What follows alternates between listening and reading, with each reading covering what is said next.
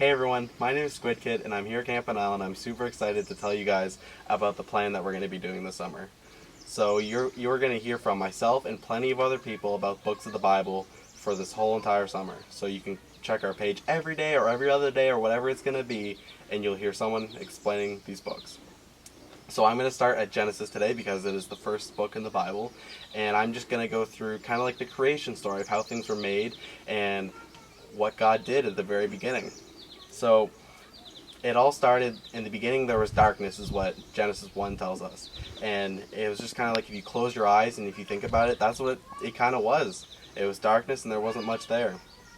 On the first day, God decided to start creating things. He created light and he created darkness for the earth. So there was day and night.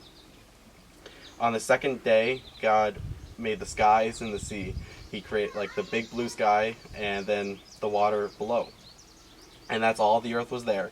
And then on the third day, he created land and vegetation. So if you want to picture this in your mind, it's kind of like the earth being, if you can picture a big round ball, and now we have blue water, blue sky, then we have land, and we have things starting to grow on the land because God blessed the land and he said things could grow. And every day that God's making something, he's saying he's finishing the day with "it is good," because God made things beautiful and he made things in his own image, so it was good. On day 4, God made the stars and the moon and the sun. Day 5, God made the sea creatures, all the fishes, all the octopuses, everything in the ocean, and he also made birds that day. So there's birds chirping like they are right here, right now.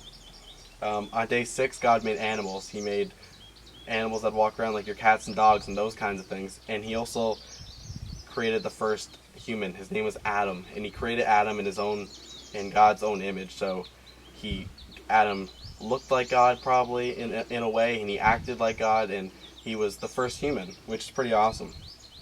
And then on the 7th day, God chose to rest. He had worked so hard throughout the entire last 6 days, and he had chosen to take the 7th day and rest, which is what we now call a Sabbath, is where we rest and spend time with God. So as like the days go on, Adam is living in what they called the Garden of Eden, and it was a beautiful place.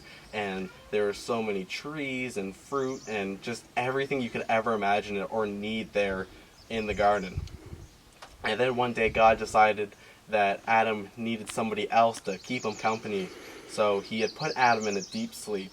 And while Adam was sleeping, God had taken one of Adam's ribs out and created Eve from that rib. And yeah, she was the first woman, and her name was Eve. And like I said earlier, there's this huge, the garden was huge. And if you want to picture the most beautiful garden you ever could, you should do that, because this is what it was. It was everything they'd ever need. But in the middle of the garden, there was this tree called the tree of good and evil. And God said, you can eat from any tree in the entire garden, but you must not eat from this one, because if you do, he told them, you'll die. And so they listened to him, and they're like, yeah, we don't want to die, so we're not going to eat from the tree. And that pretty much sums up the first 2 chapters of the book of the Bible. And on the 3rd chapter, it starts talking about this thing called the serpent. And the serpent was the craftiest animal that was ever around. And he was there, and he was around because he wanted to rebel against God. He didn't really like what God was doing, and he didn't like that he couldn't be involved in it. And so he decided to try to trick Adam and Eve one day. So one day in the garden, Eve had been just around the tree of good and evil, and he had told them, did God really say you'll die if you eat this? And Eve had replied saying, yeah, he told us not to eat this, so I don't plan on eating it. And the serpent, like I said earlier, was really crafty. He lied to Eve, and the serpent said, no, you won't die, you'll just be like God and your eyes will be open. And through that, she chose to disobey God and listen to the serpent and take a bite of the apple. And when she had done that, she had also given some to Adam, and then they had both what eventually was called sin, and they had disobeyed God. As soon as they had eaten the apple, They both realized that they weren't wearing clothes, and they felt shame, and they felt guilt, and they felt just wrong about the entire situation. And so that made them want to go hide because they didn't want God to find out. And God ultimately found them, and he asked Adam what was going on. He had told them what I just said, like, they realized they were naked. And he said, well, how'd you figure that out? And he said, because we have eaten from the tree that you told us not to. And God wasn't too happy about this, because it was practically their one rule was to not eat from this tree, and they had disobeyed because the serpent lied to them. And God had told the serpent that one day you will be crushed, and that you'll pay for this kind of thing. And God tells Adam and Eve that life's going to be hard.